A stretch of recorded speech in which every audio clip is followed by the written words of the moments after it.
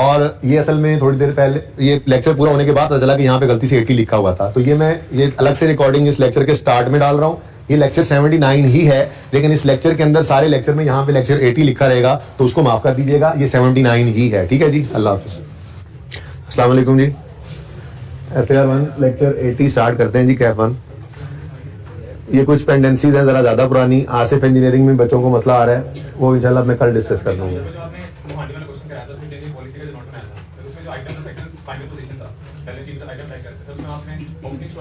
नहीं, मैंने सही करवा दिया था, कल मैंने नोट बनवाया है, कल मतलब हफ्ते वाली क्लास आपने ली थी। क्या समझ नहीं आई? क्या समझ नहीं आई? हमारा नोट था आइटम्स अफेक्टिंग, बेटा प्लीज चुप कर जाएं। आइटम्स अफेक्टिंग SOFP में देखें, जो हमारी बैलेंस शीट है, बैलेंस शीट कौन कौन से साल थे इस सवाल में? 13, 14, 15। वो स्टॉक बताएं जो सवाल में गिवन था, मुझे वो सवाल ओपन करना पड़ना। मैंने बड़ी तफसील से ऐसे बात कर दी थी। चले बहरहाल अच्छा है, कोई नहीं, सवाल आ रहा है सामने। तो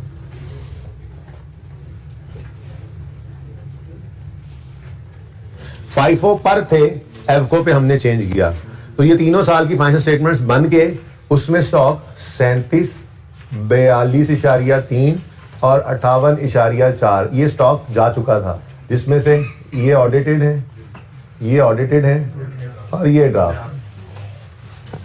ठीक है ना? अब जो हमने अकाउंटिंग पॉलिसी में चेंज किया, तो हमने क्या किया, हमने 37 वाले स्टॉक को उठाकर 35.5 पे कर दिया। ये क्लोजिंग स्टॉक में 1.5 तक क्या आया, डिक्रीज। अब क्लोजिंग स्टॉक SOFP के अंदर ऑफ 13 ये क्या हुआ जी, बताओ क्या हुआ? डिक्रीज हो गया। डिक्रीज इन, ऐसे लिखते हैं, जरा दोबारा लिखते, डिक्रीज इन क्लोजिंग स्टॉक, और 13 का क्लोजिंग स्टॉक डिक्रीज हो गया कितने से? 1.5। अब ये क्लोजिंग स्टॉक 14 में क्या बना होगा? ओपनिंग। तो इनकम स्टेटमेंट में उसका इंपैक्ट ले तो लिया था कॉस्ट ऑफ सेल में, ओपनिंग स्टॉक बैलेंस शीट में तो नहीं ना आता। तो अगर मैंने पहले दिन जुमे को लिया भी था, तो मैंने हफ्ते को कह दिया था कि यार ये गलती, इसको ऐसे मत सोचो, वरना वो फिर उसको मतलब खत्म करके क्लोजिंग पे लाना होता है, नेट में इंपैक्ट वहीं पे पहुंच जाता है, लेकिन वो कंफ्यूज करता है। ज्यादा आसान बात मैंने हफ्ते को समझा दी थी। ठीक है ना? ज्यादा आसान बात यही है कि आप क्लोजिंग स्टॉक 35 पे ले आए हो, 1.5 से कम किया आपने, ये अगले साल क्या बनेगा? ओपनिंग। लेकिन ओपनिंग बैलेंस शीट में तो नहीं ना आता। ठीक हो गया? अब 14 में गए, 14 में आपने 42 वाले स्टॉक को कितने पे आप ले आए?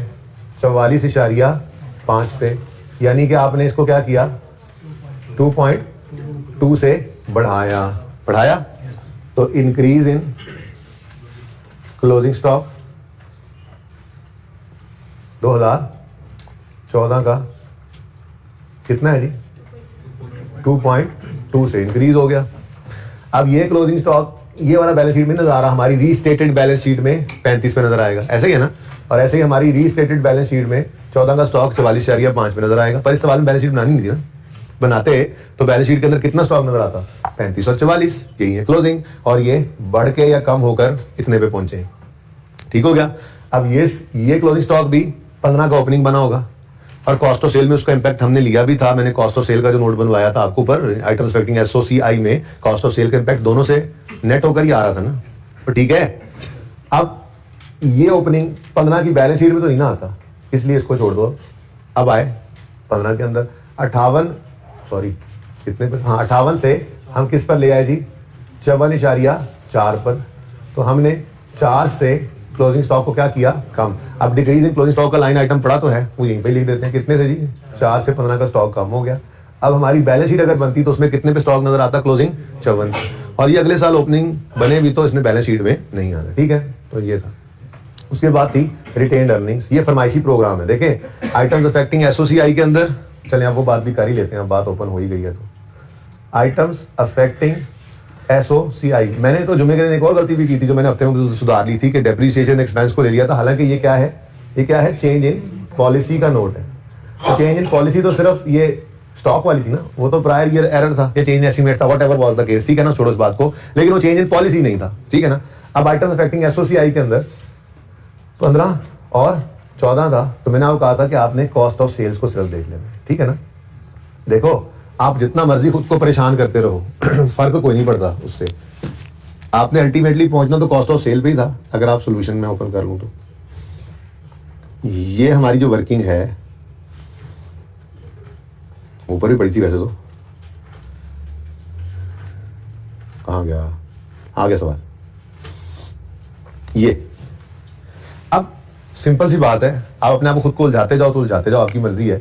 Sales less cost of sales, cost of sale में होता है ओपनिंग स्टॉक, परचेजेस और क्लोजिंग स्टॉक। अब सादा सी बात याद रख लो, 10 जमा 100 माइनस 15, कॉस्ट ऑफ सेल कितनी आ रही है?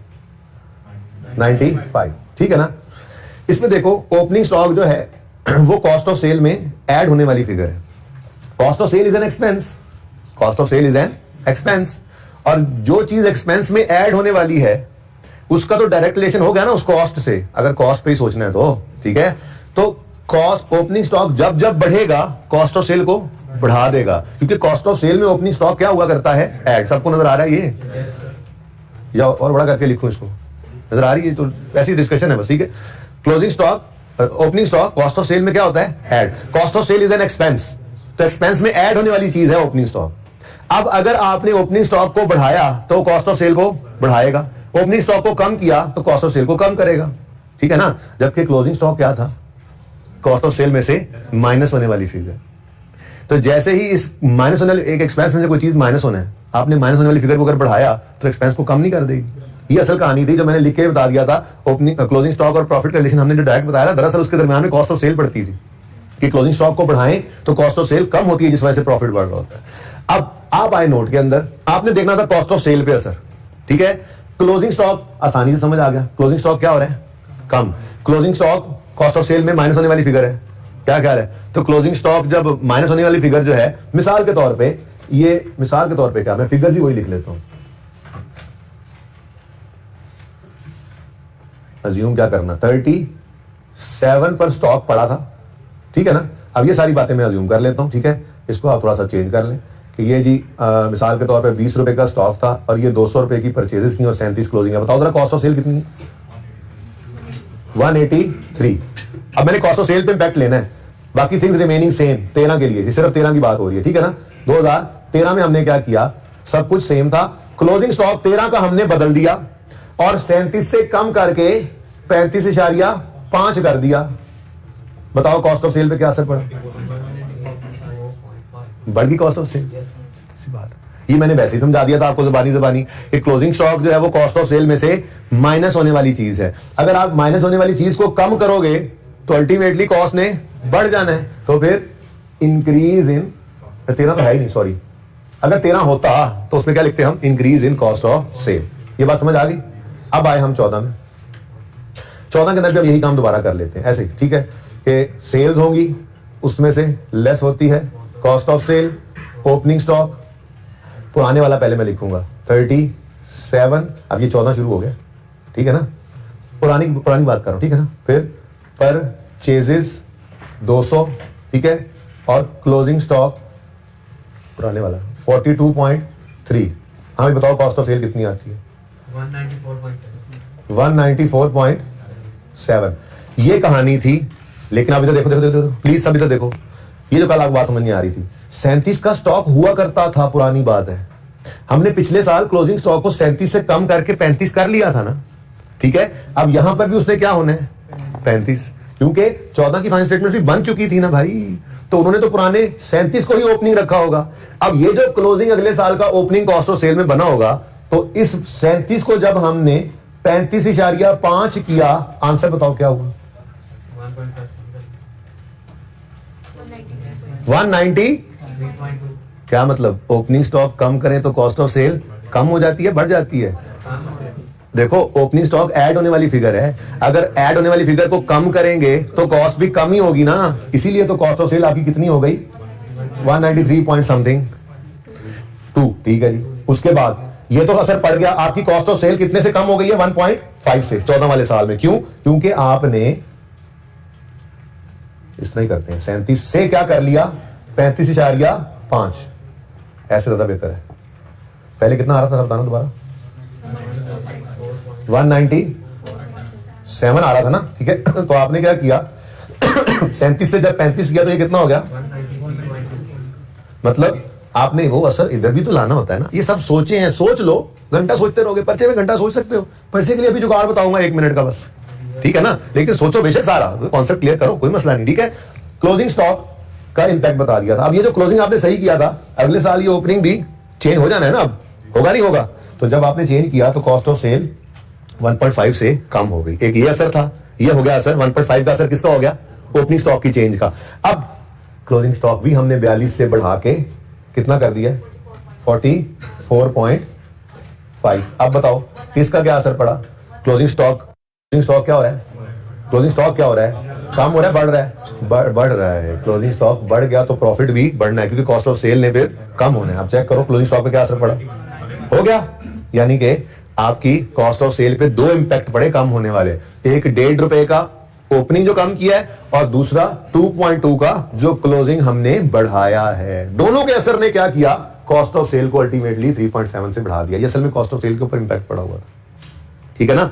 ओपनिंग स्टॉक, ये जो क्लोजिंग स्टॉक हमने कम किया था, ये अगले साल भी कम ही होगा ना। इसका कम होना प्रॉफिट को बढ़ा गया, ठीक है। और फिर क्लोजिंग स्टॉक इस साल का कम होना प्रॉफिट को बढ़ा गया, बढ़ाना, क्लोजिंग स्टॉक का बढ़ाना प्रॉफिट को बढ़ा गया। अब ये तो इंपैक्ट लिया था हमने प्रॉफिट पे, लेकिन अगर डीप डाउन जाकर सोचें तो जो स्टॉक्स हैं, आप जुगाड़ की बारी आती है। ये सब समझाया आपको, ठीक है ना। 3.7 इन टोटल बढ़ा कैसे, एक है क्लोजिंग के बढ़ने का इंपैक्ट कॉस्ट ऑफ सेल पे पड़ा है, डायरेक्ट प्रॉफिट पे सोच लो। एक तो क्लोजिंग स्टॉक के बढ़ने के इंपैक्ट की वजह से प्रॉफिट बढ़ा है 2.2 से, और ओपनिंग के कम होने की वजह से प्रॉफिट बढ़ा है 1.5 से। तो प्रॉफिट अल्टीमेटली 3.7 से बढ़ गया। लेकिन दरअसल डीप डाउन जाकर सोचो तो क्या हुआ है, ये ओपनिंग के क्लोजिंग के बढ़ने से और ओपनिंग के कम होने से दरअसल क्या हुआ है, कॉस्ट ऑफ सेल ही तो कम हुई थी, ठीक है। अब ये इतनी लंबी चौड़ी सोचे, पर्चे में सोचने बैठ गए ना तो कुछ पल्ले नहीं रहना, सही वाला भी गलत कराओगे, ठीक है। अब बता रहा हूं जुगाड़, ठीक है। वो क्या है,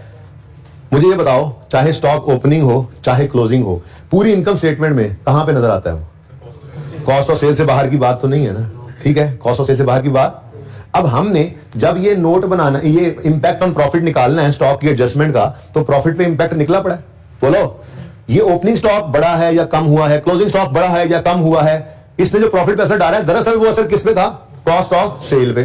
तो आपने सिर्फ पर्चे के अंदर ये सब करने के बाद इंपैक्ट ऑन प्रॉफिट निकाला ना, वो तो बिल्कुल आसान तरीके से निकाला हुआ है। क्या, क्लोजिंग स्टॉक और प्रॉफिट का रिलेशन डायरेक्ट है, ठीक है। लेकिन डीप डाउन जाकर देखें तो ये प्रॉफिट्स, ये जो कॉस्ट ऑफ, ये जो ओपनिंग और क्लोजिंग स्टॉक की एडजस्टमेंट है, इसने कॉस्ट ऑफ सेल को हिट किया था, जिस वजह से प्रॉफिट हिट हुआ है, ठीक है ना। अब ये इंपैक्ट निकालने में कोई मसला नहीं ना हुआ। अब ये जहन के अंदर है, ओपनिंग स्टॉक है चाहे बढ़ा कम हुआ, क्लोजिंग स्टॉक है चाहे बढ़ा कम हुआ, अल्टीमेटली पड़ा कहां पे है, कॉस्ट ऑफ सेल में। अब आपने देखा 2014 का प्रॉफिट से 3.7 से बढ़ा है, इसकी वजह क्या रही होगी, कॉस्ट ऑफ सेल का कम होना, एक्सपेंस का कम होना ही प्रॉफिट बढ़ाएगा। बार बार बोल रहा हूं, ओपनिंग स्टॉक हो चाहे क्लोजिंग स्टॉक हो, उसका इंपैक्ट कॉस्ट ऑफ सेल में ही होता है ना। अब उनके चेंज की वजह से प्रॉफिट 3.7 से बढ़ा है, तो पक्की बात है कोई और एक्सपेंस नहीं, कॉस्ट ऑफ सेल 3.7 से कम हुआ होगा। तो 14 के अंदर हम क्या कहेंगे, decrease in cost of sale कितने से, 3.7 से। अब ऐसे ही आगे सोचा आपने 15 में प्रॉफिट 6.2 से कम हो रहा है। यार जो मर्जी मसाइल थे, ओपनिंग स्टॉक बढ़ा है कम हुआ है, क्लोजिंग स्टॉक बढ़ा है कम हुआ है, अल्टीमेटली असर किससे बढ़ा है, कॉस्ट ऑफ सेल पे। अब देखो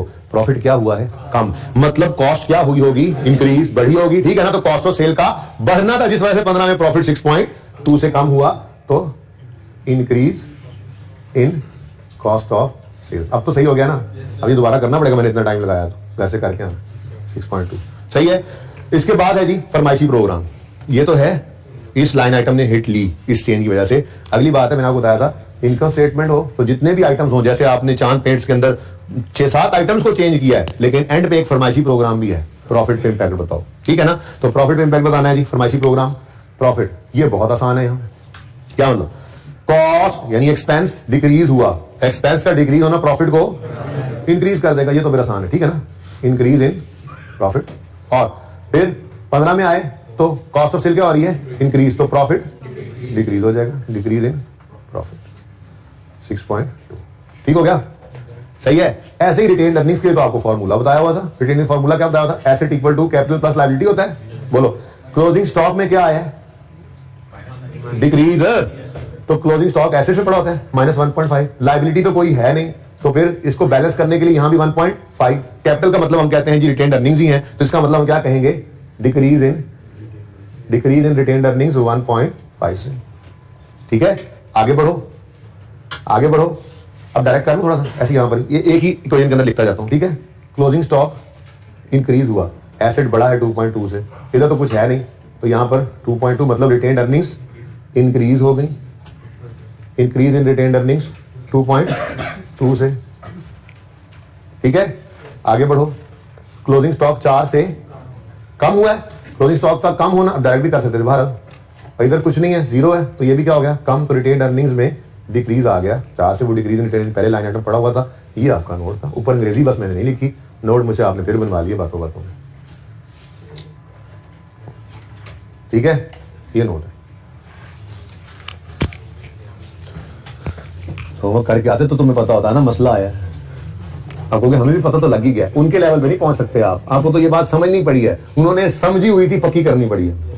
हाँ जी, आपको मसला इसमें, आप तो कोई मसला नहीं है इसमें, मोहानी वाला सवाल है उसका नोट, आपको गहरी नींद से उठा के कहे ना बना दो, तो आप 1 मिनट बना देना। ठीक है, देखो मैंने बड़ी लंबी चौड़ी बहस की है, मैंने प्रूव किया बातों को, लेकिन पर्चे के लिए ये बातें रेलेवेंट नहीं है। खुद सोचो ना, मैं आपको सोचवा रहा था तो 15 मिनट लग गए हमें, पर्चे में क्या ये 12 खाता है? तो इतनी सी बात जुगाड़ पर्चे के लिए याद रख लो, स्टॉक्स जो होते हैं चाहे ओपनिंग हो चाहे क्लोजिंग हो, इनकम स्टेटमेंट के अंदर वो कॉस्ट ऑफ सेल के अंदर पड़े। अब अगर स्टॉक्स की मूवमेंट है, चेंज इन पॉलिसी हो चाहे प्रायर ईयर एरर हो स्टॉक को चेंज करना, वो स्टॉक की मूवमेंट के बारे में आपको मैंने क्या बताया हुआ है, आपने इंपैक्ट ऑन प्रॉफिट वाली वर्किंग कर लेनी है।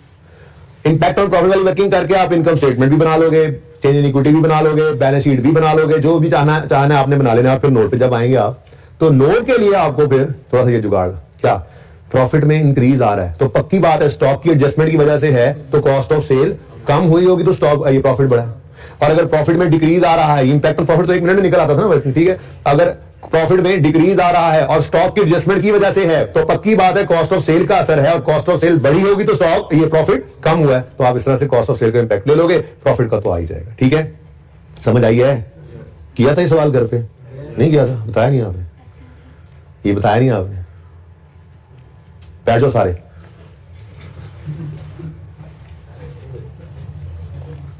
अच्छा जी, कहां था मैं? अच्छा भी ऐसे अब ये उधार बहुत पुराना हो रहा है, मेरे ख्याल में इसको भी साथ साथ करते जाएं। ठीक है, अब आसिफ इंजीनियरिंग वाला सवाल ये कल पे रखते हैं, ठीक है ना, और मैं ये क्ले वाला सवाल डिस्कस करता हूँ, और मेरा दिल है जालिब वाला सवाल ये सॉल्व भी कर लेते हैं हम, थोड़ा कैश फ्लो भी रिवाइज हो जाए, या देख लूंगा एक बार आज डिस्कस कर लेता हूँ। अगर आपने जालिब वाला सवाल किया, आपने टेस्ट में किया था ना, एक बार मैं आज सारा डिस्कस कर लेता हूँ, एक बार आप कर लें, उसका सोल्यूशन शेयर कर दूंगा मैं टीए को। ठीक है, सोल्यूशन जो है वो अपलोड भी कर दूंगा ऑनलाइन वालों के लिए, लेकिन आप ईमानदारी से एक बार करके फिर उसको देख लेंगे। अगर आप में से कोई एक बच्चा भी कहेगा जिसने सवाल किया हुआ, ईमानदारी वाला बच्चा जिसने सवाल किया हो ईमानदारी से, वो एक बच्चा भी कहेगा सवाल करना है, तो मैं कल उसको सॉल्व भी कर दूंगा, कोई मसला नहीं। जब तक हमारे IAS 8 और 7 पूरे नहीं होंगे मैं अगला टॉपिक शुरू नहीं करूंगा, लेकिन प्लान यही कर रहा हूँ कि मैं भी इनकम एक्सपेंडिचर ही शुरू कर दूं, ताकि इसको खत्म करके फिर आगे ईपीएस और रेशियोज, ईपीएस भी तो एक रेशियो ही है, उनको इकट्ठा ही रख लेंगे फिर। ठीक है ना, तो पहले ईपीएस करवा दूंगा, फिर रेशियोज, या पहले रेशियोज करवा दूंगा, फिर ईपीएस वो फिर अलग रख लेंगे। ठीक है,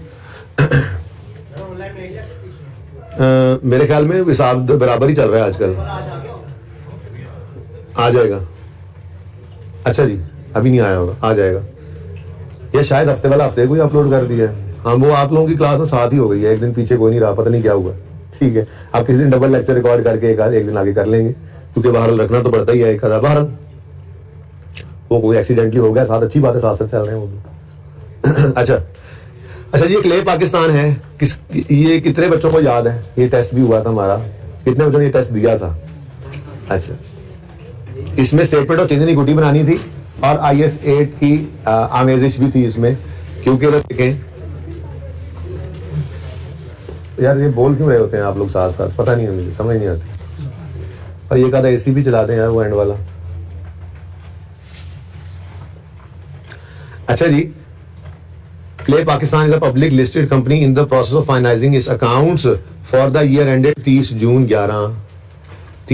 11 का साल इस वक्त है। ठीक है जी, और आप अगर देखें तो इसमें 2009 भी गिवन है हमें, 2010 भी गिवन है, और 2011 भी। 2009 और 10 ऑडिटेड है। क्यों? क्योंकि हम 11 की फाइनेंशियल स्टेटमेंट्स बना रहे हैं इस वक्त, ठीक है ना। 11 की फाइनेंशियल स्टेटमेंट बना रहे हैं तो इसका मतलब 10 और 9 की तो कब की बन के यूजर को जा चुकी होंगी, और ठीक है ना। अच्छा खैर जी, चलो उसने प्रॉफिट आफ्टर टैक्स दे दिया, अदर कॉम्प्रिहेंसिव इनकम दे दी, रीवैल्यूएशन सरप्लस भी दे दिया, और टोटल ये बेसिकली एक्सट्रैक्ट्स हैं, टोटल ये स्टेटमेंट ऑफ कॉम्प्रिहेंसिव इनकम के एक्सट्रैक्ट्स बनाए हुए हैं उसने एक तरह के, ठीक है। बस ठीक है, कहीं ना कहीं से हवा आने लग गई है, जो सा भी चला है उसको रहने दो, कहीं से शायद वो चल गया, चिलर चल गया, बस आ रही है हवा। अच्छा जी भाई, ये गिवन क्या है, ये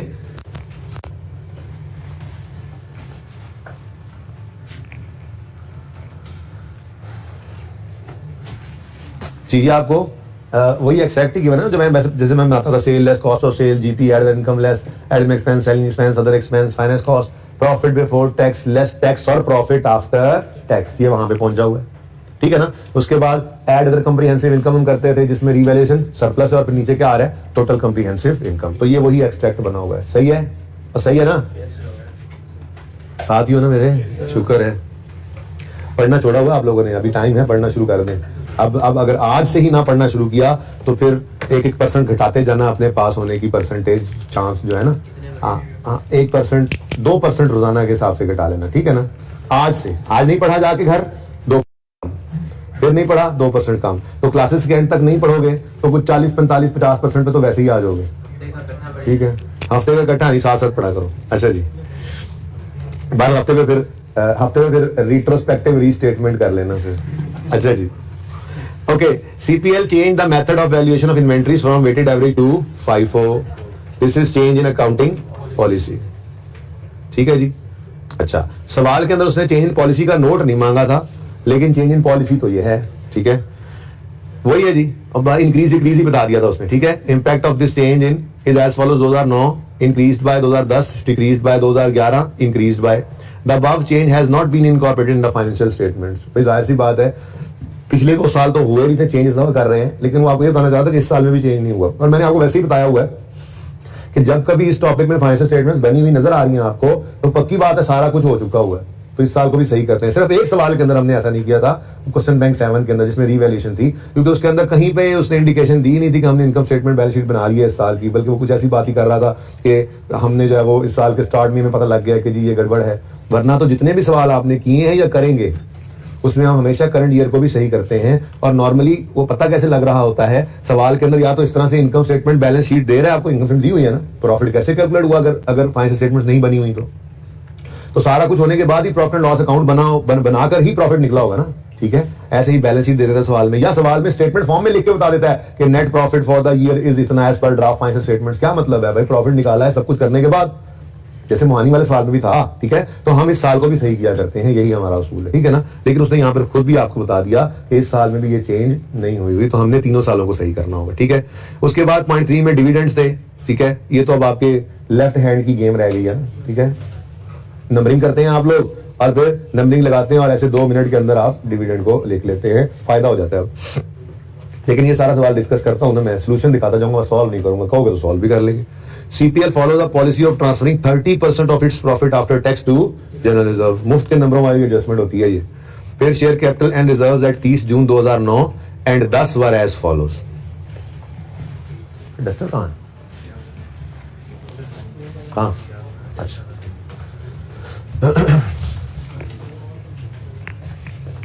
ये तो मैं डाल रहा हूं मैं।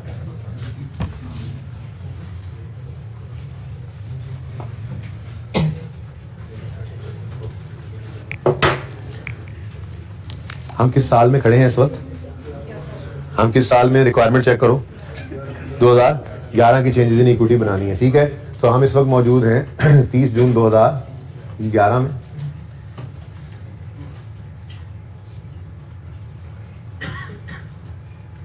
इस टॉपिक में आपको कहा था हम हमेशा इनकम स्टेटमेंट 2 साल की बनाते हैं, बैलेंस शीट, ठीक है ना। तो ये डाटा तो उसने, इनकम स्टेटमेंट तो उसने बनाकर दी हुई थी, ये देखें, इसलिए मैंने इनकम स्टेटमेंट नहीं बनाई, उसने इवन इनकम स्टेटमेंट 3 साल की दी हुई है, ठीक है।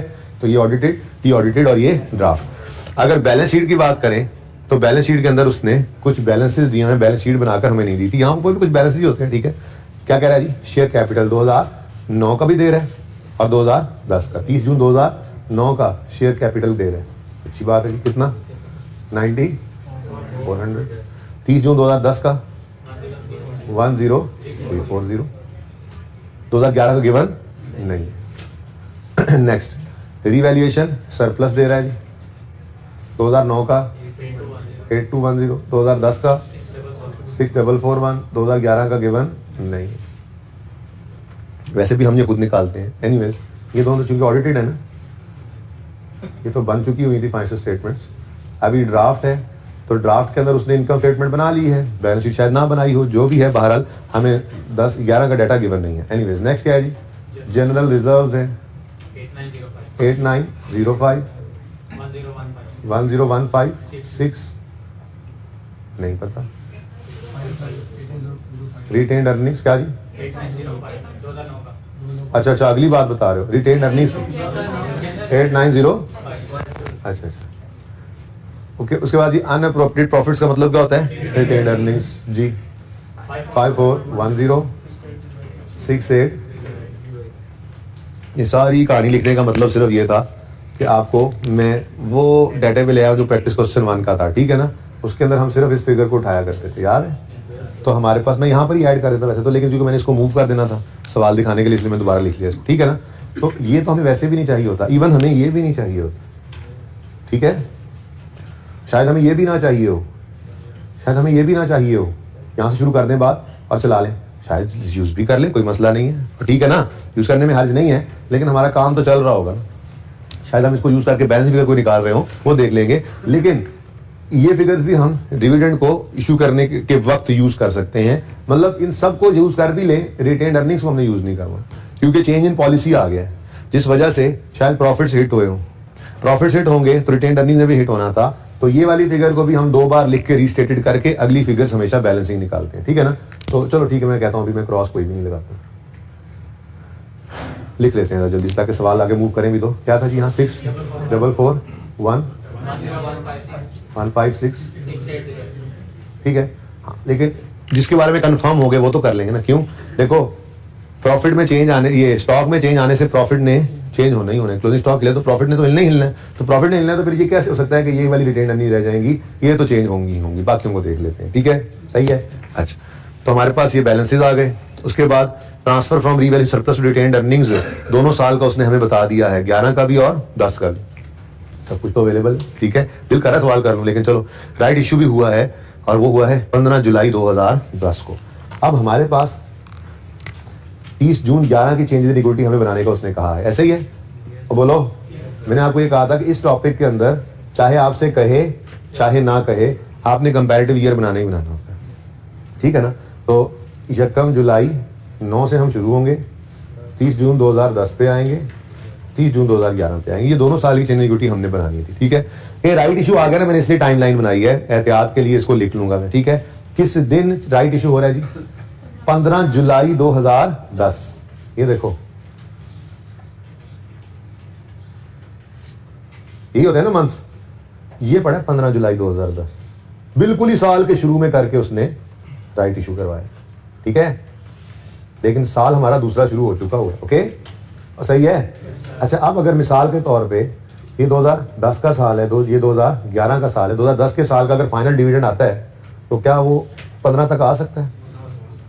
नॉर्मल असम्पशन आपको क्या कहा था कि वो कहीं जुलाई, ये जुलाई है ना, अगस्त सितंबर, ये कहीं अगस्त सितंबर, प्रोबेबली सितंबर के अंदर जाके फाइनल, अगर सवाल खामोश होता, अनलेस के सवाल को डेट बता दे, ठीक है। अगर सवाल ने डेट नहीं बताई हुई तो फिर अलग बात है। अगर सवाल डेट बता दे तो फिर हम उसकी डेट को मानेंगे। सवाल ने डेट नहीं बताई तो नॉर्मल असम्पशन क्या है? अगस्त सितंबर, सितंबर ही रखें जी ज़हन में, ठीक है, सितंबर ही रखें। लेकिन इस सवाल के अंदर बाकायदा बताया गया था final dividend are declared at the end of August, तो फिर तो पक्की बात हो गई ना, ठीक है। यहां पर आकर फाइनल डिविडेंड, यानी कि पहले राइट इशू होने और जब डिविडेंड होना है तो ये एक ही डेट नहीं है, हमने डिविडेंड इनको भी देना होगा, ठीक है। अच्छा, ये देख लो, अब आप कुछ बच्चों के दिमाग में सवाल आता है ना, सर बहुत करीब आ जाए, सेम हो जाए, इस महीने में आ जाए। जब भी वो इस किस्म की कोई हरकत करे ना कि इतने करीब ले आए राइट इशू को, तो फिर मजबूरन उसको डेट बतानी पड़ती है, और बता दिया उसने, आपको क्लियर कर दिया, ऐसे नहीं छोड़ देगा आपको। अगर छोड़ भी देता तो हमने उसके लिए तैयारी की हुई है क्या?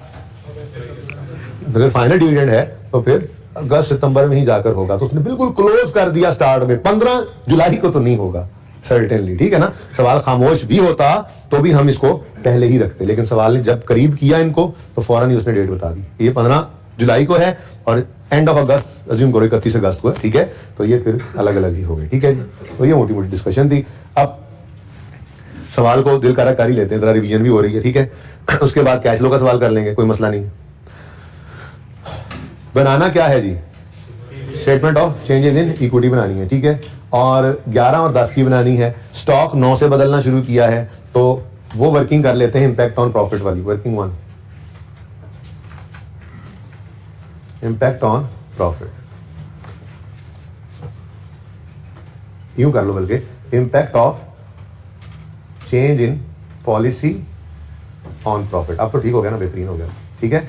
Effect of change in policy on profits, क्योंकि मैंने आपको ये बताया हुआ है कि आपने अगर प्रॉफिट के अंदर कोई, इसके स्टॉक के अंदर कोई भी चेंज आया है तो आपने उसको जर्नल एंट्रीज की, याद है करेक्शन अफेयर में कहा था, पहली बात तो ये कि जर्नल एंट्रीज की तरफ जाना ही नहीं, इंपैक्ट ऑन प्रॉफिट निकाल लेना। अगर सवाल है सिर्फ इंपैक्ट ऑन प्रॉफिट मांगा हुआ है, और अगर खुदा ना खासा जर्नल एंट्रीज मांग ले रेक्टिफिकेशन के टॉपिक में, तो फिर भी आपको ये कहा था सिर्फ क्लोजिंग स्टॉक को पकड़ लेना, और वो आसान है ना, एसेट है, बढ़े तो डेबिट, कम हो तो क्रेडिट, और दूसरा इंपैक्ट कॉस्ट ऑफ सेल को दे देना, ठीक है ना। तो ये वही वाली बात ही थी, हमें क्लोजिंग स्टॉक के इंपैक्ट को लेना है प्रॉफिट पे, तो इंपैक्ट वाली वर्किंग कर लेंगे, ठीक है जी। कौन कौन से सवाल है,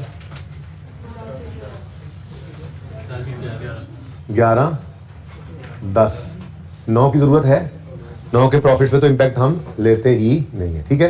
अच्छा थोड़ा सा 11 और 10, ये 11 का मतलब 30 जून 11 है, 10 का मतलब 30 जून 10, ठीक है जी। अब उसने सब कुछ करके दिया हुआ है, लेकिन अच्छा देखो, लेकिन इस वर्किंग को बनाते हुए हमें 9 को भी ले लेना चाहिए, क्योंकि अगर 9 की गलती को सही करना हो तो एक हमारे पास, हम सिर्फ इनकम स्टेटमेंट तो नहीं बना रहे, बल्कि हम इनकम स्टेटमेंट तो बना ही नहीं रहे सवाल के अंदर, हम तो statement of change in equity बना रहे हैं, और statement of change in equity के अंदर हमारे पास चांस होता है कि हम ओपनिंग को एडजस्ट कर लें अपने 2 साल से पिछली गलतियों के लिए, ठीक है। अब क्लोजिंग स्टॉक 9 का देखो, क्लोजिंग स्टॉक है या स्टॉक है, ओपनिंग स्टॉक है, कहीं लिखा हुआ है। सीपीएल ने चेंज किया method of valuation for the year ended 30 June 11, impact of this change, year ended 30 June 9, impact on inventory valuation, year and में इन्वेंट्री क्लोजिंग ही होती है ना, बोलो।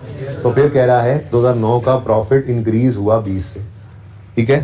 तो हम यूं लिखेंगे यहां पर क्लोजिंग स्टॉक, ठीक है जी। क्लोजिंग स्टॉक किसका जी, 2009 का, उसमें क्या आया जी 2009 कितना 20 से बढ़ गया, क्लोजिंग स्टॉक बढ़ा तो प्रॉफिट भी बढ़ गया, ठीक है। नेक्स्ट 2010 का क्लोजिंग स्टॉक 30 से डिक्रीज हो गया, सिर्फ क्लोजिंग लिखे जा रहे हैं, यही तरतीब याद है ये ना। मैं मोहानी वाले सवाल में मसला होने की वजह से अब मैं सवाल करवाने में मजबूर हूँ, मुझे लग रहा है कि शायद ये रिपीट हो जाए तो अच्छा है, ठीक है, कि अब नहीं रहा मसला उसमें। बहरहाल क्लोजिंग स्टॉक ऑफ 2010, जितनी प्रैक्टिस कर लोगे उतना अच्छा है। सवाल आप लोगों ने जो कर लिए है ना, वो मुझे करवाने में कोई मसला नहीं है, मैं 10 बार करवाने को तैयार हूँ, ठीक है जी।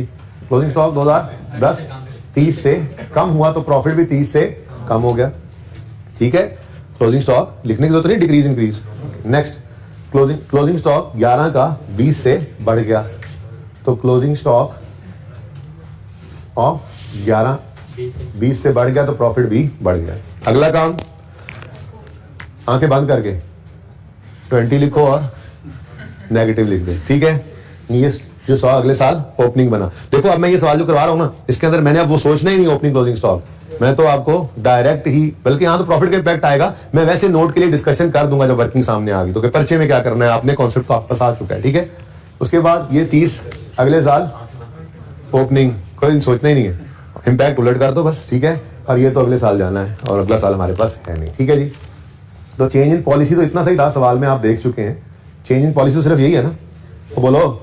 अच्छा, तो इंपैक्ट ऑन प्रॉफिट है 20, 50 का नेगेटिव और 50 का पॉजिटिव, ठीक हो गया जी।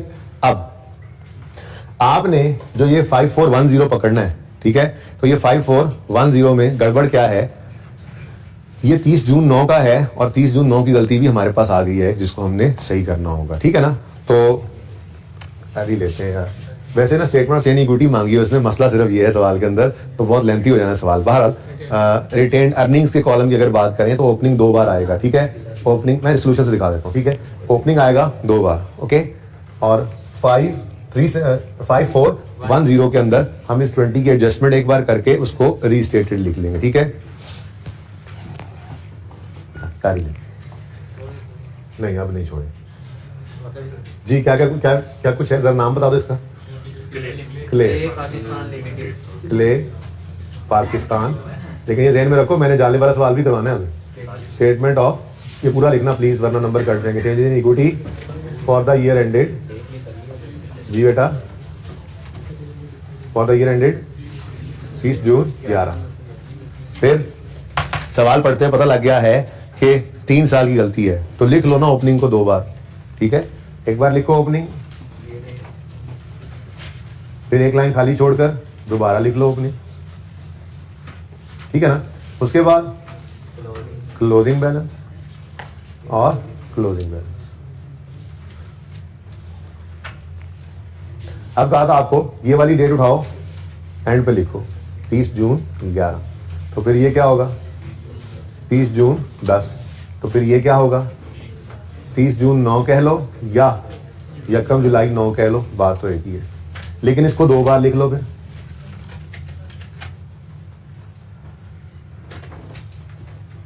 कहानी खत्म, ठीक है। अब है क्या कुछ, share capital, share premium, retained earnings, revaluation surplus, general reserve, सब कुछ ही था, ठीक है जी। तो शेयर इतनी वर्किंग हो जाएगी यहाँ तक, ठीक है, गुजारा हो जाएगा जी। शेयर कैपिटल, फिगर्स की जरा शक्ल मुझे दिखा दो, हो जाएगा मैनेज। शेयर प्रीमियम भी है, आ जाएगा, ओके। अच्छा, अगर नहीं पता लगा मुझे तो मैंने एंड पे एक लाइन छोड़नी होती है टोटल के अलावा भी, यानी कि आप टोटल के लिए ना 1.5 लाइन छोड़ा करें। टोटल के साथ कोई नया कॉलम आ, जैसे शेयर प्रीमियम नहीं पता लगा, सवाल पढ़ते हुए मैंने नहीं देखा, इशू होते हुए कितने मेरा डेट मिस होगी मेरी नजर से, ठीक है। तो शेयर प्रीमियम अकाउंट इशू के वक्त आ जाना है जब, तो फिर बनाया ना हो, जगह ना हो, तो फिर वहां पे एंड पे बनाया जा सकता है, ठीक है। बहरहाल भाई ने बता दिया तो मैं लिख लेता हूँ। शेयर प्रीमियम, फिर जी रिटेन अर्निंग्स, रिवैल्यूएशन सरप्लस, ये ज्यादा तंग तो नहीं हो रहा है, फिगर कुछ तो है ही सही यार। रिटेन अर्निंग्स, रिवैल्यूएशन सरप्लस और जनरल रिजर्व,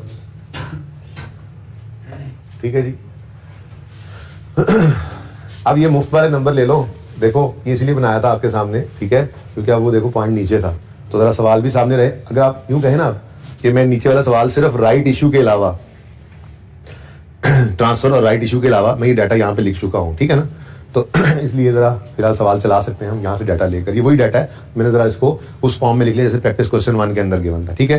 तो ये 30 जून 9 या यकम जुलाई 9, यही डाटा हमें चाहिए ना। सबसे पहले तो ये लिख लें, ये मुफ्त के नंबर क्यों मिस करें, तो 94, 100, 82, 10 ये वाली फिगर्स यहाँ पे ले आओ। 90, 400, 82, 82, ये रिटर्न अर्निंग है, बोलो 82, बता दो जो भी कहोगे लिख लेंगे। 8210, उसके बाद क्या है जनरल कितने 89, सही है। वैसे इस तरतीब से लिखना चाहिए था, बहरहाल कोई मसला नहीं, जिस तरतीब से लिखें ध्यान से लिख लीजिएगा। फिर क्या है कितना 5410, ठीक है जी। और हमने एक बार फिर इसको लिखना है और फिर उसको इंशाल्लाह हम रीस्टेटेड लिख लेंगे, ठीक है। और फिगर सिर्फ एक ही हरकत में आनी है और वो है रिटेन अर्निंग्स, ठीक हो गया। बारह प्लानिंग जारी रखें। मैंने कहा था कि आसानी के लिए ना तरतीब पे ज्यादा ध्यान ना दिया करो, इधर आप पहले लिख लो टोटल कंप्रीहेंसिव इनकम ऑफ 2010, 10 का साल है, 10 की इनकम आएगी। 11 का साल है, 11 की, ये पहले ही लिख लिया करो, जान छुड़ाया करो यार। हालांकि होना एंड में चाहिए इसको, लेकिन तरतीब से कोई फर्क नहीं पड़ता, ठीक है, ताकि हम फिगर्स को लिख सकें। अच्छा, मैं फिलहाल प्रॉफिट ही लिख देता हूं, बाद में काट दूंगा, या ठीक है टीसीआई लिख दूं, कोई मसला तो नहीं है, पता है आपको, ठीक है। लेकिन एडजस्टमेंट मैंने प्रॉफिट की करवानी है, ठीक है। अब आपको पता है 10 का प्रॉफिट इधर आना है, 11 का प्रॉफिट इधर आना है, और उससे पहले वाले प्रॉफिट्स इधर पड़े हुए हैं, इकट्ठे हुए, ठीक है। अब गलत प्रॉफिट्स उठाने, 2009 का गलत प्रॉफिट, इसको जरूरत नहीं है, ये तो हम इनकम स्टेटमेंट तो हमें ये वाली चाहिए ही नहीं होती, ठीक है ना। 4120 2010 का 4120, फिर 5 to 4। अब इसके नंबर्स मिल रहे हैं आपको, ये गलत डाटा उठा के यहाँ पे लिखने के मार्क्स होते हैं, नंबर मिल रहे हैं साथ साथ आपको, ठीक है। उसके बाद revaluation surplus arose during the year सिर्फ 11 में है, ठीक है। सिर्फ कौन से साल में है, तो अरोज और किसी साल में नहीं हुआ, तो मैं सेफली यहां पर ये नंबर लेना चाहूं तो यहां पे करके बनेगा ऐसे, ये कितना 2000 यहां पे लिख सकता हूं, ठीक है ना। तो सही है, ये 52, ये देखो ये यूं निकले निकले निकले निकले निकले, और ये यहां पे ये क्यों नहीं आया, क्योंकि इसमें कुछ एडजस्टमेंट है, एडजस्ट करवा के यहां पे लिख देंगे। ठीक है, ये बात समझ आई? ऐसे ही करते आए ना, खूब प्रैक्टिस की हमने, तो कई बार इस बात को किया था हमने, कोई कंफ्यूजन तो नहीं है जरा सा भी? चल अच्छा जी, अब इस चेंज के असरार डालते हैं। 2011 की गलती को 2011 में सही करेंगे, 2010 की गलती को 2010 में सही करेंगे, 2010 से पहले चाहे 500 साल की गलती है उसको ओपनिंग में सही कर देंगे, प्रायर ईयर एडजस्टमेंट कहकर। ठीक है, चलो तो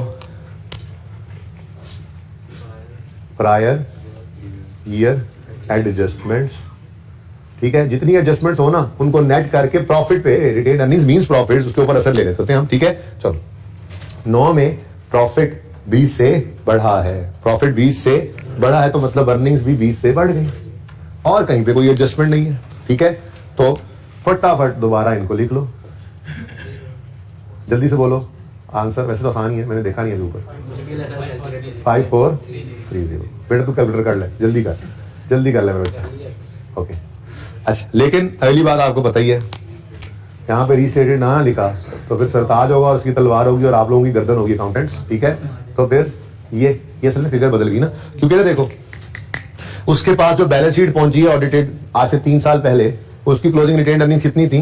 5410, और आप आज शो कर रहे हैं 5430, तो उसको रीस्टेटेड का बता दें। हाँ, सवाल ने नहीं मांगा, मगर आपको पता है आप इसके लिए चेंज इन पॉलिसी का नोट बनाएंगे, उसमें आप कहेंगे आइटम्स अफेक्टिंग एसओसीआई में जी कॉस्ट ऑफ सेल पे इंपैक्ट पड़ी, मैं वाइज कर रहा हूँ। ठीक है, तो ओपनिंग क्लोजिंग नहीं सोचना, आप सुकून मारो। ठीक है, इनकम स्टेटमेंट में 10 को सोचना है ना सिर्फ। आपने देखा प्रॉफिट 50 से कम हुआ है, ओपनिंग का फर्क था चाहे क्लोजिंग का फर्क था, अल्टीमेटली कॉस्ट ऑफ सेल में पड़े हैं ना, तो प्रॉफिट जो 50 से कम हुआ है मतलब कॉस्ट ऑफ सेल 50 से बढ़ी होगी। आप नोट बना रहे हो तो आप कहेंगे increase in cost of sale कितने से? 50 से, और अगले साल decrease in cost of sale 50 से। फरमाइशी प्रोग्राम प्रॉफिट के ऊपर इंपैक्ट ले लेंगे। ठीक है, नहीं इनकम स्टेटमेंट में प्रॉफिट, रिटेन अर्निंग, फरमाइशी प्रोग्राम बैलेंस शीट के आइटम्स का। ठीक है, अब स्टेटमेंट ऑफ फाइनेंशियल पोजीशन के आइटम्स की तरफ जाएंगे तो वहां पे आपको चेंज नजर आएगी सिर्फ रिटेन अर्निंग्स में, और कोई चेंज है ही नहीं। ठीक है ना, तो अगर बनाना पड़े तो मैंने कहा चलो थोड़ा सा रिवाइज, थोड़ी अच्छी होगी रिवीजन, जरा पक्के पक्के उसूल मान के जुगाड़ बच्चे के लिए। अच्छा ले भाई, अब ये गलतियां सही करवा दें। 10 के प्रॉफिट्स 50 से कम हुए -50, 11 के प्रॉफिट 50 से बढ़ गए +50। ठीक है, पर क्लोज ना करो अभी, हो सकता है कोई एडजस्टमेंट आ जाए। अब ये पॉइंट ओवर, ये पॉइंट भी ओवर हो गया। ठीक है ना, ये गलत प्रॉफिट उठाकर ले गए जहां ले जाने थे, ये 2000 भी ले गए जहां लेकर जाना था। और ठीक है, अब यहां से आगे हमने इस हिस्से को यूज नहीं करना है, तो अब मैं आगे इसको मूव कर रहा हूं। ठीक है, इतना को आगे ले जाता हूं कि हमारा सारा सवाल बस सामने ओपन हो जाए।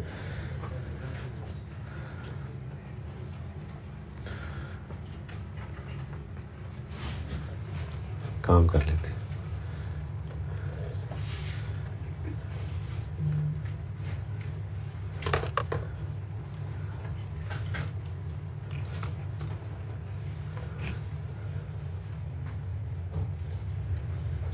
अब गुजारा हो गया, सारा सवाल आ गया सामने। ठीक है ना, बस यहाँ पे वो ऑडिटेड ड्राफ्ट नहीं लिखा हुआ, ये 2000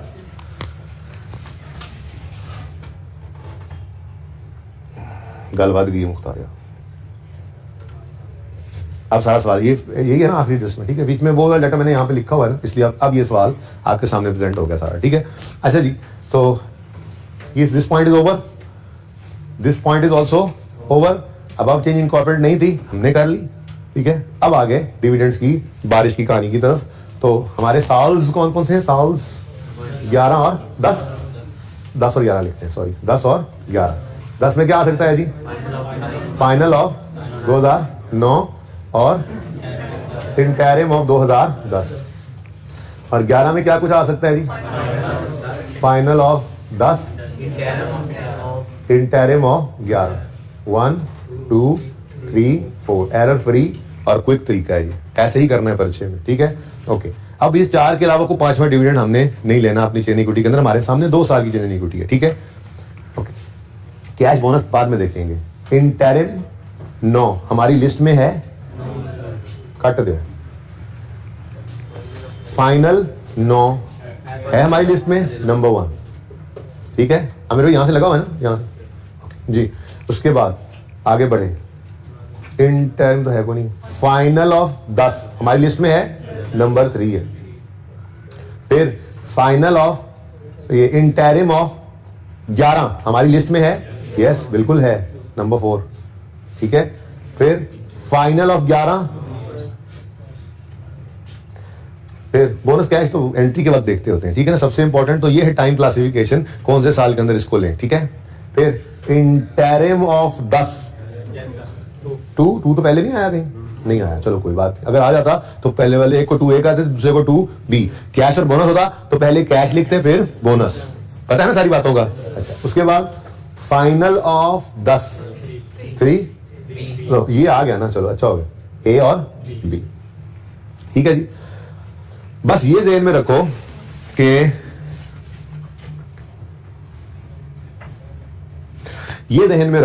कि राइट इशू हो रहा है 2011 वाले साल में, ठीक है ना। यानी 3 और 4 वाले डिविडेंड्स के बारे में ध्यान रखो कि जिस साल में 3 और 4 वाले डिविडेंड आने हैं उस साल में राइट इशू भी है, लेकिन वो ध्यान हमने पहले ही कर लिया।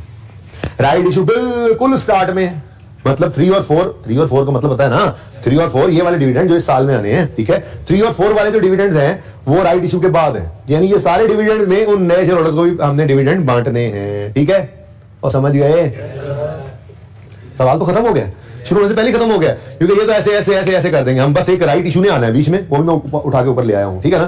ओके, तो चलो शुरू करते हैं। 1 और 2 में तो कोई राइट इशू नहीं है ना, पहले साल में कोई राइट इशू नहीं है, बस ट्रांसफर की अमाउंट मत भूलना। और एक वो इधर और भी था, पॉलिसी ऑफ का, वो ये 30% वाला, ये मुफ्त के नंबर ना भूलना। और डिविडेंड्स को पोस्ट कर देते हैं, ठीक है। तो पहले डिविडेंड ही कर देते हैं। हाँ जी, इधर देखो, 1 और 2, आसानी ये भी हो जाती है कि सिर्फ 1 और 2 लेने हैं हमने, ठीक है ना। 1 और 2, तो 1 क्या है जी, final of 9, final dividend of 2009 है कौन सा, कैश, ठीक है जी। अब कितने परसेंट है, 25%। और लेटेस्ट शेयर कैपिटल का बैलेंस हमारे सामने ही मौजूद है, इससे पहले तो कुछ हुआ नहीं है, ठीक है। 9400 इंटू 25% जी, 2350। डिविडेंड कौन सा है, कैश, तो dividend debit, dividend payable credit, और डिविडेंड को डेबिट कर देंगे हम रिटेन अर्निंग, कितना 2350, ठीक है। अभी यहां प्रॉफिट नहीं आना है, बाद में लिख लेते हैं हम। वैसे कोई एडजस्टमेंट नजर तो नहीं आई है, लिख ही देते हैं यार, पूरा ही कर लेते हैं सवाल। और कोई भाई कोई एरर शेयर को तो और तो नहीं थी ना, प्रॉफिट की कोई एडजस्टमेंट तो नहीं है। 4070, ये भी चलो लिखा 4070 जी। और ये डिविडेंड कितना आया, 2350, लो जी 235। अच्छा इधर देखो, सरप्लस कोई नहीं है, रोज हुआ था ड्यूरिंग द ईयर, सवाल नहीं था, इसलिए यहाँ पे कुछ नहीं आया, ठीक है ना। अच्छा 2350, ये retain earnings debit, dividend payable credit, ठीक हो गया। साथ ही दूसरे को भी फटका दो। नंबर 2 इंटरिम है, ये इसको टिक भी कर ले, ये हो गया जी, ठीक है। अब इसको भी कर ले, इंटरिम ऑफ 10 है,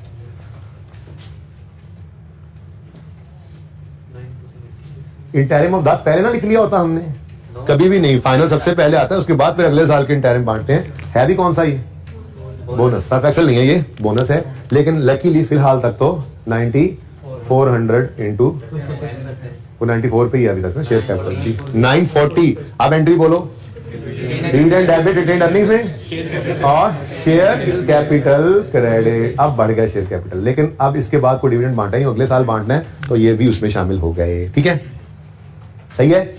उसके बाद डिविडेंड हो गया जी, 0.3 हो गया, ठीक है। अब क्या रहेगा, 30% ट्रांसफर और रिटेन अर्निंग्स वाली ट्रांसफर। पहले दिन ही दोनों एंट्रीज करा दी थी आपको, जब स्टेटमेंट इक्विटी का टॉपिक शुरू किया था, तो आगे सेट की अबैंडन की बातें हैं, ठीक है। दोनों ट्रांसफर लिखनी है आपने, ट्रांसफर टू जनरल रिजर्व, ये सवाल ने बताया होगा कितना, ठीक है। अब 30% जनरल रिजर्व में प्रॉफिट कर जाता है सर, 2009 में जो प्रॉफिट आया होगा वो भी तो गलत होगा ना प्रॉफिट, तो कोई बात नहीं यार, उसका जनरल रिजर्व भी गलत किया होगा, कोई बात नहीं है, जनरल रिजर्व को सही करने नहीं बैठ जाएंगे। देखो नहीं देखो मेरी बात सुनो, ये 2 अकाउंट्स मिलकर एक है, ठीक है ना। तो फिर इन्हीं की गलती थी ना, इनमें से गलती को सही कर लिया ओपनिंग के अंदर। आप कह रहे हैं कि इसका कुछ हिस्सा जनरल रिजर्व में भी डाला जाए, सर नहीं 30% प्रॉफिट का जनरल रिजर्व में फेंक देना, हाँ 9 में भी फेंका होगा, फेंका होगा, जिसमें ये 20 की गलती गई होगी। इसको डिबेट किया जा सकता है, लेकिन फिलहाल सवाल चलने दो, ठीक है। आगे बढ़े, नेक्स्ट जनरल रिजर्व्स में ट्रांसफर करो सही वाले प्रॉफिट को 4070 जी, क्योंकि हम तो वैसे ही रीस्टेटेड लिख चुके हैं इस प्रॉफिट को। किधर गया, लिखा है रीस्टेटेड, सॉरी, किसके नंबर होते हैं भाई रीस्टेटेड लिखने के, ठीक है। और यहाँ पर भी हमने क्या करना है, फिर मैं एडवांस ही लिख देता हूँ, बाद में बोलूँ ना, इसको भी रीस्टेटेड लिखेंगे, ठीक है। ओके अच्छा ले जी 4070 का कितने परसेंट? 30% जी। 1 निकाल दो रिटेन अर्निंग में से 122 1 को और फेंक दो इसे 1221। नेक्स्ट अच्छा उससे फर्क कोई नहीं पड़ेगा आप वाले सवाल से, बाहर देखते हैं बाद में फिलहाल। ओके जी next transfer to retain earnings, transferred to retain earnings जी। अब ये सवाल के अंदर हमें गिवन थी, इसको निकालने की जरूरत नहीं थी। Transfer from surplus to retain earning amounted to 17 और 14 इन 10 एंड 11, 10 एंड 11, तो ये 2010 का था और ये 2011 ऐसे ही है।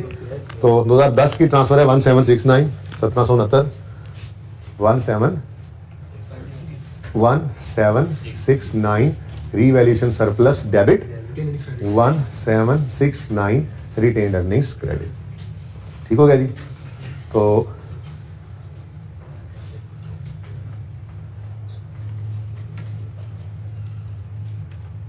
लेंथी था सवाल जी, टोटल बता दो। 10 चलो मुश्किल वाला मैं टोटल कर देता हूँ जी। 6758 और 6441 1012 ठीक हो गया भाई। बच्चे परेशान हो, एक भाई ने बारीक सवाल पूछा, मैं उसको इग्नोर करके चल रहा हूँ, पूरा सवाल करने के बाद देख लेंगे, ठीक है। नेक्स्ट अगला सवाल आया, अगले साल में प्रॉफिट की एडजस्टमेंट हम कर चुके हैं, यानी कि point number 2 is already over. ये तो वैसे ही हमने लिख लिया हुआ था सारा डाटा, ठीक है। अब डिविडेंड्स हैं, लेकिन सबसे पहले राइट इशू है, इस गरीब को ना भूल जाना, ठीक है। Right issue was made for 1 share for every 4 1 share for 1 share for every 4 1 over 4 into 100 is equal to 25% right issue है। हमें तो परसेंटेजेस से प्यार है, हम तो नहीं जाएंगे इन बटों पे जी। अब राइट इशू हुआ, 3 स्टेप्स लेंगे, ऐसे ही है। Shares immediately before right issue, फिर नंबर ऑफ राइट शेयर्स और फिर जर्नल एंट्री। तो वर्किंग नंबर 2 यहां पर स्टेप 1 कर लेते हैं, वर्किंग 2 यहां से वहां पे एंट्री कर लेंगे, ठीक है ना। वर्किंग 2 जी, स्टेप 1 क्या है जी? Number of shares immediately before right issue, बल्कि यहां पे हो जाएगा यार, कोई मसला नहीं। वर्किंग 2 है, राइट इशू की नजर ही नहीं आना एंड पे। Step 1 number of shares before right issue जी। अब आए इधर हम कैपिटल का अकाउंट 10,340 रुपयों का, मिलियन है, 1000 है, छोड़ो इसको, हमने राउंड किया हुआ, ठीक है ना। तो 10,340 रुपए के शेयर कैपिटल को शो कर रहा है, ठीक है। तो हमने यहां पर लिखा 10,340 रुपए डिवाइडेड बाय। अब हम ढूंढने गए, दीज आर रुपीज, ठीक है ना। ये क्या है जी? रुपीज 10,340 है। नीचे जाके देखो क्या लिखा हुआ था, शेयर कैपिटल क्या लिखा हुआ था? Rupees 10 each. देखो जरा सवाल में, सवाल ही छेड़ रहा हूं, ये लिखा हुआ है, यानी फेस वैल्यू क्या है? 10 रुपए। तो 10,340 रुपयों को 10 से डिवाइड किया आपने, तो कितने आगे शेयर? 1034 मिलियन शेयर्स हैं, ये नंबर ऑफ शेयर्स, ठीक है।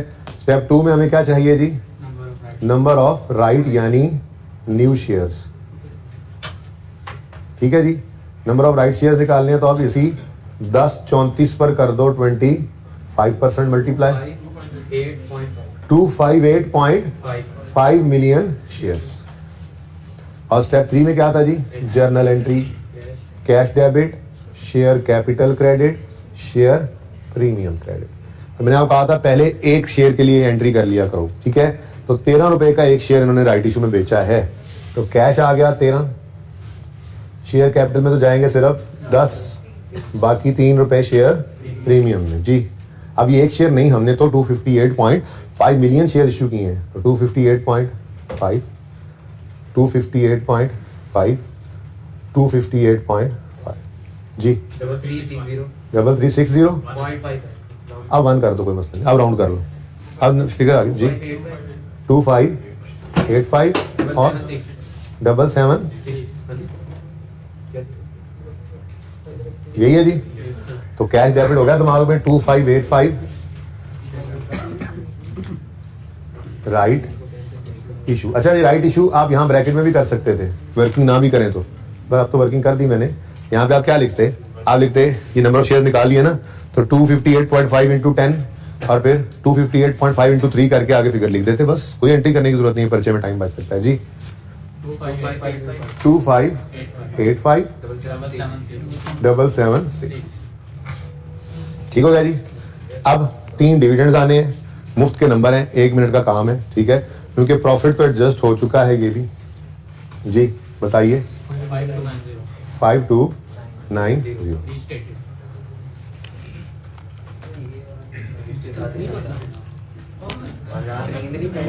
रीस्टेटेड कह रहा है, क्यों? ये भी ड्राफ्ट था हमारे पास पड़ा था, हमने अभी ये भेजी नहीं है, ये तो सरताज के पास है ही नहीं फाइनेंशियल स्टेटमेंट्स। अच्छा जी, अब अच्छा बोलो भाई, डिविडेंड है, ये देखो डिविडेंड है 2, एक फाइनल है, दूसरा इंटरिम है। तो फाइनल ऑफ 10 में उन्होंने कुछ कैश भी बांटा हुआ है, कुछ बोनस भी, कोई मसला नहीं, दोनों ही लिख देंगे। तो फाइनल डिविडेंड ऑफ 10 कैश भी है और बोनस भी, ठीक है जी। एक ही दिन हो तो पहले आपको कहा था कि कैश लिख लिया करो फिर बोनस, ठीक है, ताकि गलती ना हो। अच्छा अब डिविडेंड की कैलकुलेशन की बारी आई तो 10340 नहीं है, अब प्लस 2585 भी है, ठीक है जी। इन दोनों का जो टोटल बने, आप बड़े हो गए थोड़े, ठीक है ना, उसको मल्टीप्लाई कर दोगे 3a 20% से, ठीक है जी। 20 लिख दूं उसी तरह से, ये ठीक है। इन दोनों का टोटल अब इक्वल टू करके नहीं लिख रहा, ठीक है ना जी। कितना आ गया 20%, 2585 एंट्री बनी, रिटेन्ड अर्निंग्स डेबिट 2585 से और डिविडेंड पेएबल क्रेडिट। आप हो गई एक जैसी फिगर आ गई, इत्तेफाक है, जस्ट एक इत्तेफाक है, महज एक हसीन इत्तेफाक है, ठीक है जी। बोनस के लिए भी वही शेयर हैं भाई, 10340 प्लस 2585। हमने कंफ्यूजन से बचने के लिए तो पहले कैश कर दिया कि कंफ्यूजन भी ना हो। कितना है जी 10% जी। 1293 की एंट्री है, रिटेन्ड अर्निंग्स डेबिट 1293 से retained earnings debit share capital credit. अब यहां मसला पड़ गया अगले किसी भी डिविडेंड के लिए, और अगला डिविडेंड है भी सही 20% इंटरिम। तो बस लेंथी था सवाल, लेकिन चले। इंटरिम डिविडेंड ऑफ 11 कैश है, लेकिन अब आपको क्या करना पड़ेगा, इन तीनों को ऐड करना पड़ेगा। अच्छा वैसे यहाँ पे लिख ही लेते हैं, आसानी हो जाती। बहरहाल ये देखो, ये टोटल कर देता हूँ, कितना बनता है इन दोनों का टोटल 12925 का लिया था यहाँ पे हमने 20%, ठीक है जी। और फिर यही आगे यूज करते जाते हैं। 12925 का 10% ले लिया था हमने, और यहाँ पे अब क्या होगा 12925 भी होगा प्लस 1293 भी होगा, इज इक्वल टू 14218 इंटू 20% जी। कैश है 28, ठीक है जी। Retained earnings debit dividend payable credit, 2 चीजें बस रह गई हैं। ट्रांसफर टू जनरल रिजर्व और ट्रांसफर टू रिटेन्ड अर्निंग्स, एक गिवन है, एक निकाल लेते हैं। जनरल रिजर्व 5290 का 30% है, कितना बनता है जी 1587। कहता रहा सवाल ना करना पर रोक नहीं पाया आपने। रिटेन्ड अर्निंग्स सारा टाइम निकल गया। रिटेन्ड अर्निंग्स डेबिट और जनरल रिजर्व्स क्रेडिट, ठीक है जी। उसके बाद ट्रांसफर टू रिटेन्ड अर्निंग्स, वो यहाँ लिखा था 11 1483 से रिवैल्यूएशन सरप्लस डेबिट और रिटेन्ड अर्निंग्स क्रेडिट।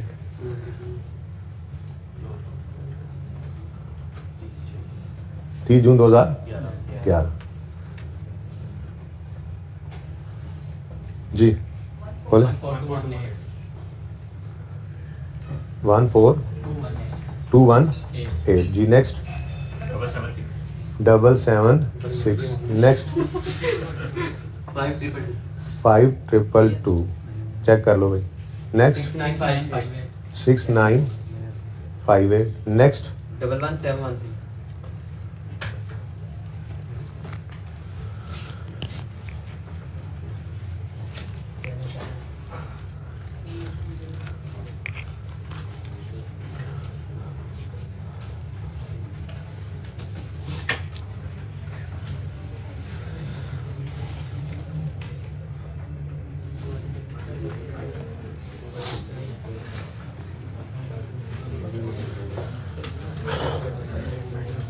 अच्छा जी, प्लीज एक छोटी सी बात। भाई साहब एक सवाल कर रहे थे, ये सवाल हो गया ना खत्म। अब थोड़ी सी बात इस पे देखिए जी। हम प्रॉफिट्स में से कुछ प्रॉफिट निकाल के अर्निंग्स में रखते हैं और वो 30% ऑफ दैट प्रॉफिट था, ठीक है ना। तो ठीक है, हमने उस वक्त पुराने प्रॉफिट को उठा के, यानी कि जो भी सवाल के अंदर लिखा हुआ प्रॉफिट, ठीक है ना, वो हमने जो 2009 के अंदर किया भी था रिकॉर्ड, उसका 30% जनरल में डाल दिया था, ठीक है ना। अब जब आपने ये 20 रिटेन्ड अर्निंग में एडजस्टमेंट डाली है, ठीक है, तो इस एडजस्टमेंट से प्रॉफिट्स तो ठीक हो गए ना।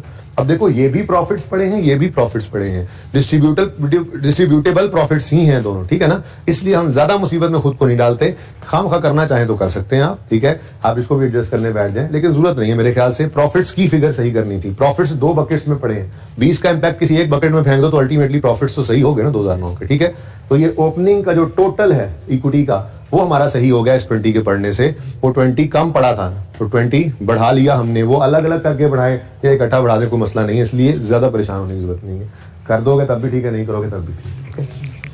अच्छा जी, जरा आ जाओ अब जल्दी से क्वेश्चन देखो, जालिब वाला। आज ये होमवर्क में है, अब होमवर्क थोड़ा अपडेट हो गया। आज होमवर्क में आपको टेस्ट नंबर, ये जालिब वाला 8 नहीं है, 9 नहीं, 7 का टेस्ट हो गया। ये सवाल मैंने खुद करवा दिया, करवाना ही नहीं था, बस खत्म का।